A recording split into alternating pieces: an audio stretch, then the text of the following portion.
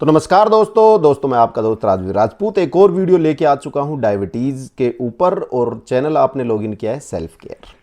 दोस्तों आज की ये वीडियो बहुत इंटरेस्टिंग रहने वाली है, क्योंकि आज मैं आपको 10 वो चीज़ें बताऊंगा जो डायबिटीज़ में बहुत रिस्की होती है। यानी कि अगर आपको हाई डायबिटीज़ है तो आपको इन चीज़ों को अपनी लाइफ से निकालना होगा, यानी कि बिल्कुल नहीं खाना, या अगर खाना है तो इनका अल्टरनेट क्या है। साथ ही जो लोग इंसुलिन रेजिस्टेंस के शिकार हैं, टाइप 2 डायबिटीज़ अभी उनको हुआ है, इंसुलिन रेजिस्टेंस हुआ है, वो इंसुलिन रेजिस्टेंस को ठीक करना चाहते हैं, तो उनको भी इन 10 चीज़ों को अपनी लाइफ से निकालना होगा कुछ समय के लिए। या मैं तो कहूँगा अच्छा अगर आपको रहना है तो बेहतर होगा कि लाइफ टाइम के लिए इन चीज़ों को निकाल दे, या फिर मैं जैसे बताता हूँ वैसे वो इन चीज़ों का सेवन करे या इनका अल्टरनेट यूज करे। तो सबसे पहले मैं पहले नंबर पे जो चीज़ रखूँगा वो रखूँगा मैदा।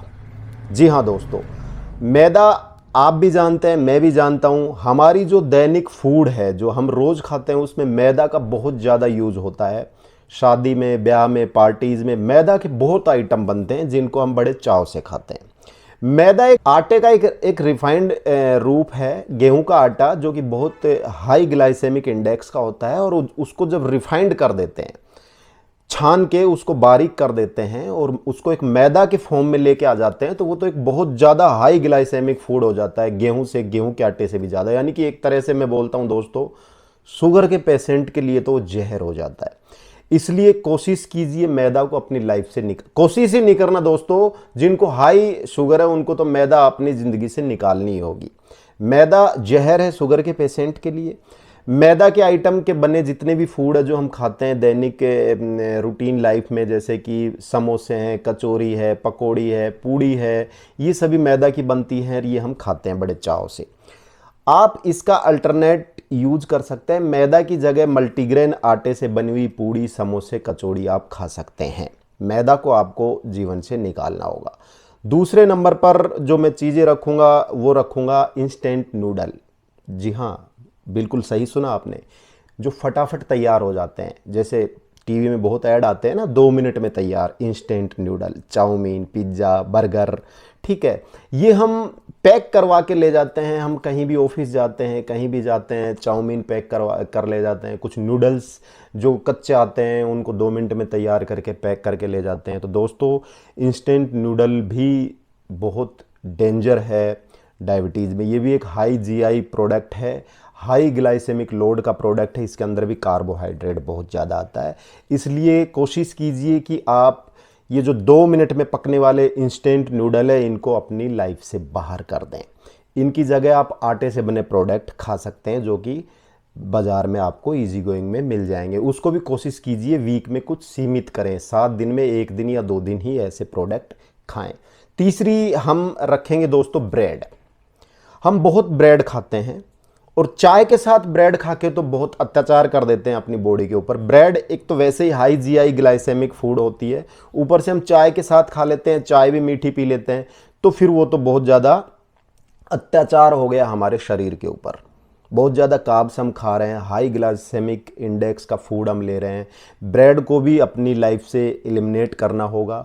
ज़्यादातर ब्रेड्स मैदा से बन के आती है, टोस्ट जो ये भी मैदा से बन के आते हैं, तो इनको भी हमें बंद करना होगा बिल्कुल, अगर हम हाई डायबिटिक हैं या फिर हमें इंसुलिन रेजिस्टेंस है। अब ब्रेड का विकल्प क्या हो सकता है दोस्तों? ब्राउन ब्रेड या आटे से बनी हुई ब्रेड। लेकिन मार्केट के अंदर जो ब्रेड आ रही है जिनको ऊपर लेवल लगा हुआ है कि आटे से बनी हुई है, लेकिन दोस्तों वहाँ पर भी 420 आपके साथ हो जाती है, और वो एक्चुअल में आटे की ब्रेड नहीं होती, नाम का ही आटा होता है, वो मैदा की ब्रेड होती है। तो कोशिश कीजिए ब्रेड से आप दूरी बना के रखें, या फिर आपको खानी है तो आटे से बनी हुई ब्रेड खाएं, उसको भी सीमित मात्रा में। वीक में 1 या 2 बार ही आप ब्रेड खाएं, ब्रेड को लाइफ से बाहर निकाल दें। चौथी चीज़ दोस्तों जो डायबिटीज़ में बहुत घातक होती है वो सफ़ेद मुरमुरे, जिनको हम खील बोलते हैं, जो चावल से बनते हैं। ये मुरमुरे दोस्तों कम कैलोरी के होते हैं, कैलोरी इनमें बहुत कम होती है, लेकिन इनका ग्लाइसेमिक इंडेक्स बहुत ज़्यादा हाई होता है। लगभग 90 के आसपास इनका जीआई होता है, यानी कि ये आपकी शुगर को एकदम स्पाइक कर देते हैं। तो हम मुरमुरे खाते हैं बड़े चाव से, हमें ये लगते हैं तो फीके हैं, ये हमारी शुगर कहाँ से बढ़ाएंगे। लेकिन मुरमुरे जो सफ़ेद मुरमुरे आते हैं ये हमारी शुगर को बहुत जल्दी स्पाइक कर देते हैं। इसलिए मुरमुरों से भी हमें परहेज करना चाहिए। ज़्यादातर मुरमुरे हम भेल में खाते हैं, भेल पूरी जो बनती है वहाँ खा लेते हैं, और भी कई आइटम्स में मुरमुरे डालते हैं। तो मुरमुरों से भी हमें दूरी बना के रखनी चाहिए अगर हमें हमारी शुगर को मेंटेन रखना है, इंसुलिन रेजिस्टेंस को ठीक करना है। तो दोस्तों 5वीं चीज़ मैं रखूँगा सब्जियों में आलू। जी हाँ, सब्जियों का राजा आलू। हर तीसरी सब्जी में आलू पड़ता है, मजबूरी भी है क्योंकि दूसरी सब्जी ही नहीं है, आलू तो हमें खाना ही होता है। जो ब्रेड पकोड़े इनमें आलू पड़ते हैं, और बहुत ज़्यादा आलू का सेवन हम करते हैं। आलू एक हाई ग्लाइसेमिक फूड है, इसमें कार्बोहाइड्रेट बहुत ज़्यादा होता है, स्टार्च इसमें बहुत ज़्यादा होता है। तो आपको आलू को कम करना है। मैं ये नहीं कह रहा कि आपको लाइफ से आलू को निकालना है, क्योंकि ये एक मेन सब्जी है, इसको चाहकर भी हम लाइफ से नहीं निकाल सकते, लेकिन इसको कम कर सकते हैं। इसका जो अल्टरनेट है वो मैं आपको बता देता हूँ। कोशिश कीजिए आलू को बॉयल करके ना उसकी सब्जी बना के आप खाएं। बॉयल करने से आलू के अंदर जो स्टार्च होता है वो निकल जाता है या काफ़ी हद तक कम हो जाता है। और दूसरा, प्योर आलू की आप सब्जी मत बनाइए, आलू के अंदर आप 2-3 आइटम और मिला लीजिए ताकि उसका जो ग्लाइसेमिक इंडेक्स है वो कम हो जाए। 2-3 तरह की और सब्जियां उसमें मिल जाएगी तो आलू का जीआई कम हो जाएगा, जिससे आपकी शुगर तुरंत स्पाइक नहीं करेगी। कार्ब्स तो उसमें उतने ही रहेंगे लेकिन उसका जीआई कम हो जाएगा। इसलिए पहली बात तो आप आलू को कम कर दें अपनी लाइफ से। जिनको हाई शुगर होती है, जिनको बहुत ज़्यादा हाई शुगर है, वो आलू का सेवन कम कर दे। और कभी कभी आलू का यूज़ अगर करना भी हो तो आलू को बॉईल करके ना कई सब्जियों के साथ मिक्स करके उसको बनाएं। और आलू से बनी हुई जो कचौड़ी समोसे जो होते हैं इनको तो आप बिल्कुल बंद कर दें। छठी चीज़ है दोस्तों, वो है सफ़ेद जहर जिसको मैं बोलता हूँ, उसका नाम है चीनी। चीनी आपको बिल्कुल अपनी लाइफ से निकालनी होगी, क्योंकि चीनी एक प्रोसेस फूड है, फिल्टर किया हुआ है। चीनी बिल्कुल फिल्टर करके हमारे पास पहुंचती है, और जो चीज़ फिल्टर करके आती है उसका जीआई बहुत ज़्यादा होता है। चीनी का वैसे भी इसके अंदर कार्बोहाइड्रेट बहुत ज़्यादा होता है, और जीआई ग्लाइसेमिक इंडेक्स भी इसका हाई होता है। जितनी वो रिफाइंड होके आएगी, फैक्ट्री में गन्ने से जब चीनी बनती है तो उसको रिफाइंड करके ना, फिल्टर करके और उसको क्रिस्टल करके ना उसको सफ़ेद बनाया जाता है ताकि वो देखने में अच्छी लगे। लेकिन वो सिर्फ देखने में ही अच्छी होती है, एक्चुअल में जितनी ज़्यादा फिल्टर आइटम होगा उसका जीआई उतना ही अधिक होगा। तो चीनी को आप अपनी लाइफ से निकाल दें। अब बात करें कि सर हम चीनी लाइफ से निकाल देंगे तो मीठे में क्या खाएं। तो जिनको इतना हाई शुगर नहीं है, मेंटेन करके चल रहे हैं, वो चीनी का अल्टरनेट कभी कभी ले सकते हैं, गुड़ को यूज़ कर सकते हैं। लेकिन मैं बिल्कुल सलाह नहीं दूंगा जिनको हाई शुगर रहता है, बहुत ज़्यादा हाई, और वो गुड़ का सेवन करें। नहीं, उनको गुड़ का सेवन नहीं करना है। इस कंडीशन में वो स्टीविया का सेवन कर सकते हैं। स्टीविया चीनी से 10 गुना ज़्यादा मीठा आता है दोस्तों, और इसको भारत में सफ़ेद तुलसी भी कहते हैं। ये तुलसी जैसा ही पौधा आता है, उस पौधे की पत्ती को अगर आप खाएंगे तो बिल्कुल चीनी से 10 गुना ज़्यादा वो मीठा होता है। उसका आप यूज कर सकते हैं। चाय बनाएं तो उन पत्तों को तोड़ के आप चाय में डाल सकते हैं। वैसे भी जब आपको तलब हो कभी मीठा खाने की तो 2-3 पत्ती तोड़ के आप मुंह में खा सकते हैं, तो आपकी तलब खत्म हो जाएगी। तो किसी भी नर्सरी से आप स्टीविया खरीद लाइए, 30 से 40 रुपए का पौधा आता है। 2-3 पौधे लाके ना अपने घर में गमले में लगा लीजिए, और जब भी आपको मीठा खाने की तलब हो, चाय में मीठा डालना हो, तो आप स्टीविया यूज कर सकते हैं।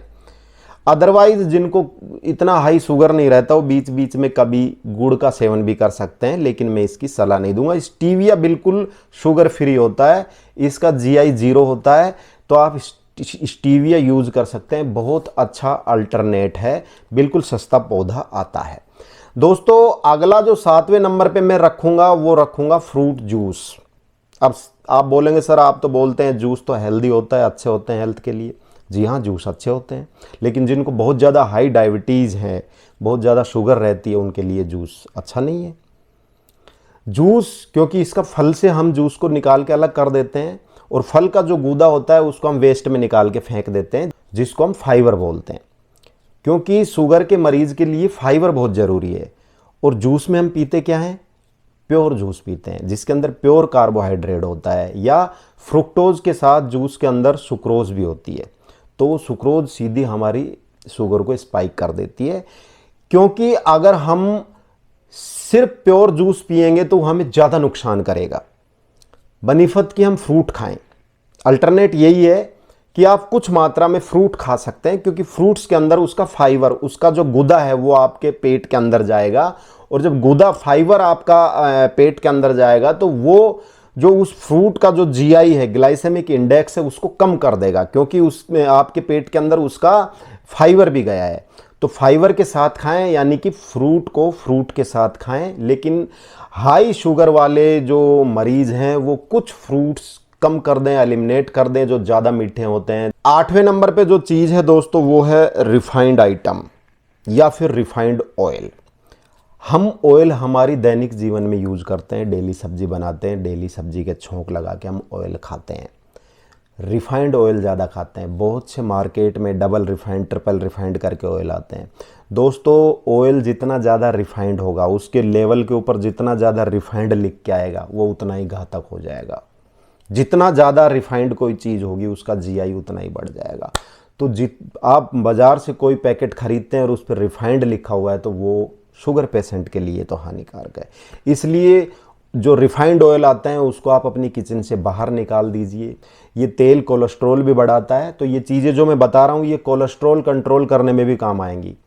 फिर भी अगर आप तेल यूज़ करते हैं तो कच्ची घानी का जो मस्टर्ड, सरसों का जो तेल आता है मस्टर्ड ऑयल, उसका यूज़ करें, उसकी क्वांटिटी कम कर दें बीच बीच में अगर आपको तेल खाने की इच्छा होती है तो। या फिर आप कोशिश कीजिए कि जीरो कुकिंग में ही चीज़ें छोंक के, बिना तेल की चीज़ें छोंक के ही आप सब्जियां खाएं।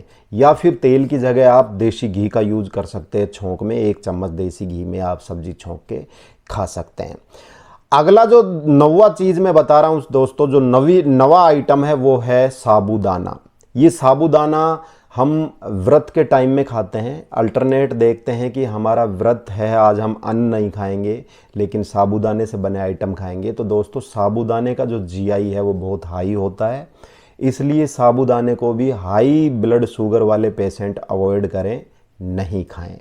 10वीं चीज़ है दोस्तों, हर तरह की बाज़ार की मिठाइयाँ, हलवाई की मिठाई, पैक्ड आइटम में जो ये तले भुंदे आइटम आ रहे हैं, चिप्स आ रहे हैं, नमकीन आ रही हैं, ये चीज़ें, और जो हलवाई की मिठाइयाँ हैं, जो हलवाई के यहाँ मिठाई मिलती है खुली, पता नहीं क्या बना के खा रहे हैं, ये चीज़ें भी आपको अवॉइड करनी है, ये चीज़ें भी आपको नहीं खानी है। ये 10 चीज़ें आपको अपनी लाइफ से हटानी हैं अगर आपको हाई ब्लड शुगर है तो।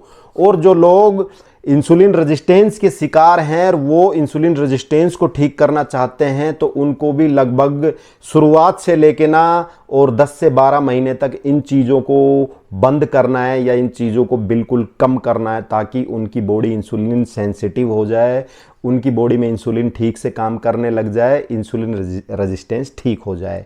तो दोस्तों उम्मीद करता हूँ आपको ये वीडियो अच्छी लगी होगी। अगर अच्छी लगी तो इस वीडियो को शेयर कीजिए, चैनल को सब्सक्राइब कीजिए, और अब अपने दोस्त राजवीर को दीजिए इजाज़त। जय हिंद, बाय बाय।